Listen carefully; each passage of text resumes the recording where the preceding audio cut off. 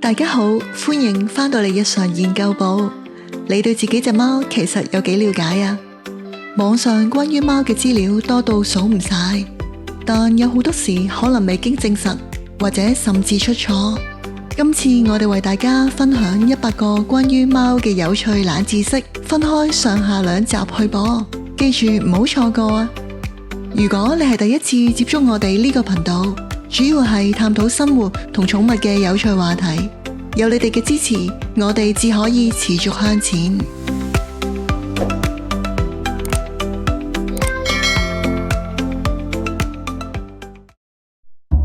貓的趣聞軼事。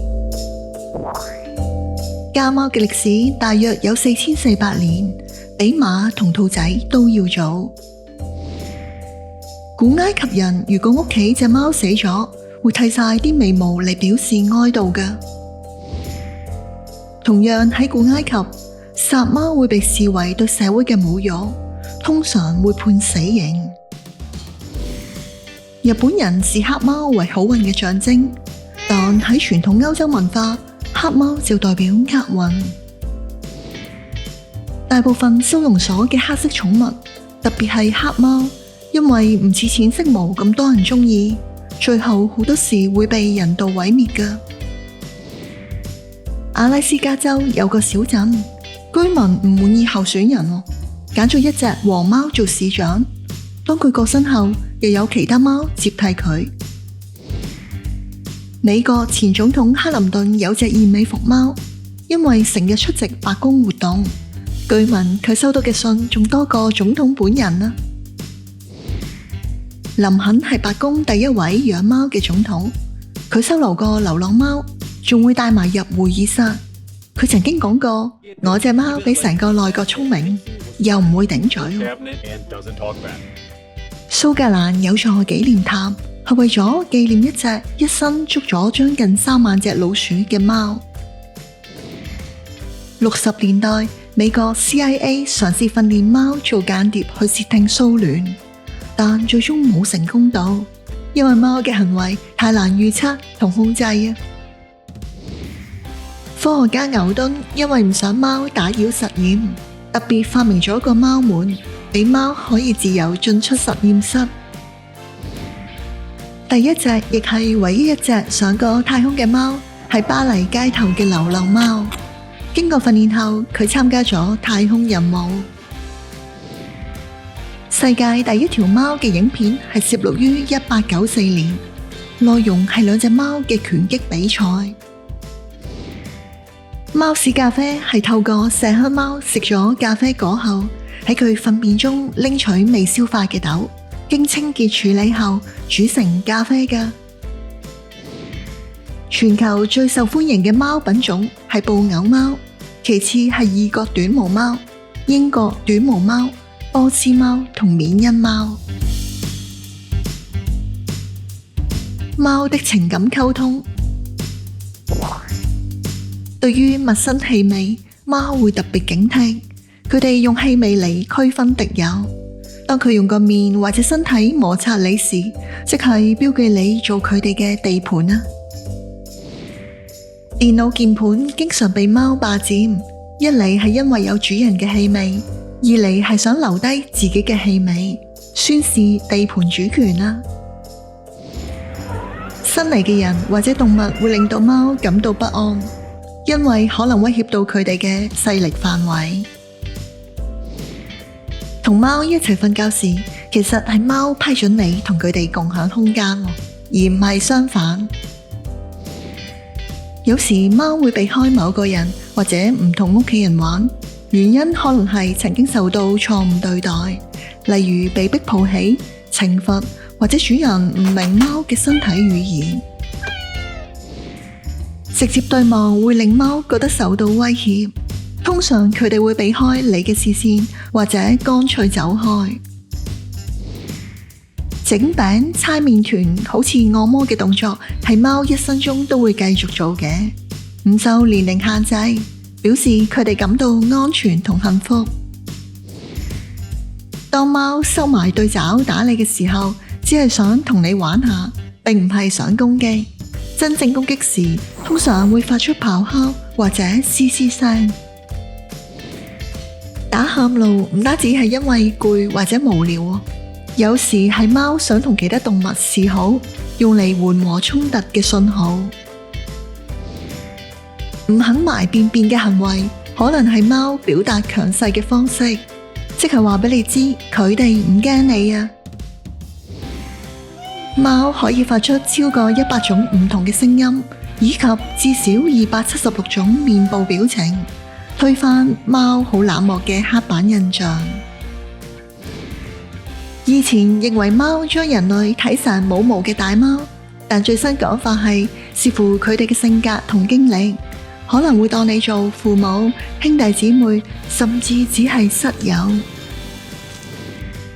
專家研究話，貓嘅學習方式同2至3歲細路仔差唔多，但大部分主人覺得自己隻貓聰明得多。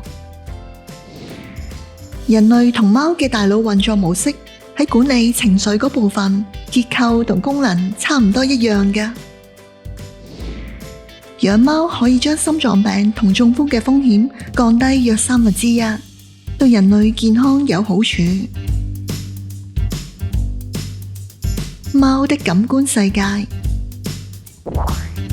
貓係少數唔能夠食到甜味嘅哺乳類動物，因為冇檢測甜味嘅基因，所以就算有時重複誤食都唔知。視力方面，貓喺2至6米嘅距離睇得最清楚，分辨細節嘅能力就較弱。貓嘅周邊視覺比人類廣闊，可以睇到大約200至280度。哺乳類動物中，貓嘅眼仔特別大，瞳孔可以擴張到好誇張嘅。夜晚時嘅視覺能力可以達到人類嘅6至8倍㗎。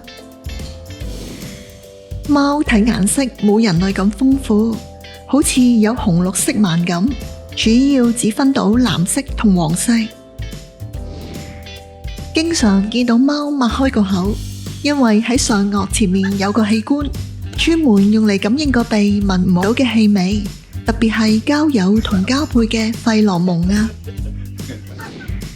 鬍鬚係貓感覺周圍環境嘅工具，大概同身體嘅闊度一樣，用嚟量度窄路嘅大小，判斷入唔入到去啊。一般嘅貓每邊臉額都有12條鬍鬚，加埋兩邊總共有24條，不過呢個數都唔係絕對嘅。從鬍鬚可以睇到貓嘅心情，當貓驚嘅時候會將鬍鬚收埋，狩獵時就會將鬍鬚伸返晒出去。貓薄荷對貓嚟講，效果類似迷幻藥或者大麻對人嘅影響，但其實對貓身體冇害，亦唔會上癮嘅。發夢係貓同人一樣會有嘅現象，夢境可能同日常生活有關，有時仲會喐嚟喐去，甚至發出喵喵聲。對聲音特別敏感嘅貓好怕嘈，2隻耳仔可以獨立喐動，仲可以180度轉動嘅。貓隻耳仔可以聽到人聽唔到嘅超音波頻率，例如昆蟲同老鼠聲啊。貓的運動能力。貓可以跳到自己身長6倍咁高喎，跳起時可以控制全身咁安全落地，輕鬆跳高或者避開危險。貓嘅爪係向下彎嘅，所以爬樹特別叻，但要爬返落嚟就好麻煩，只可以慢慢退後落咁。喺外國有專門教貓嘅職業㗎。一隻家貓嘅短跑時速最高可達50公里，但冇辦法持續衝刺超過1分鐘。雖然好多貓一濕水或者沖涼就好抗拒，但其實佢哋天生識得游水㗎。真正鍾意水又擅長游泳嘅品種，其實得幾種。貓的狩獵技能。行路時，貓通常會收埋晒啲爪，避免同地面摩擦發出聲音。爪底嘅肉墊又厚又軟，可以好靜咁接近獵物。當貓跳起或者喺狹窄地方行嘅時候，會用條尾嚟調整重心，保持平衡。如果失咗平衡，就會快速擺動條尾，避免跌傷自己。行路嘅方式同駱駝長頸鹿一樣，貓先移動兩隻右腳，再移動兩隻左腳，減少身體搖動啊。公貓多數係左腰嘅，而母貓就通常係右腰。不過有啲貓左右手都冇乜分別，大約有40%嘅貓會有明顯慣用手嘅傾向。貓擅長捕捉快速移動嘅獵物，但對慢慢喐或者靜止嘅物體就反應冇咁靈敏，甚至會覺得唔係太大威脅啫。睇到呢度，留意下集將會分享更多精彩關於貓嘅冷知識內容，千祈唔好錯過啊！歡迎分享你嘅諗法同經歷，記得訂閱我哋嘅頻道，按讚同多啲向身邊鍾意貓貓嘅人分享。多謝你睇到最後。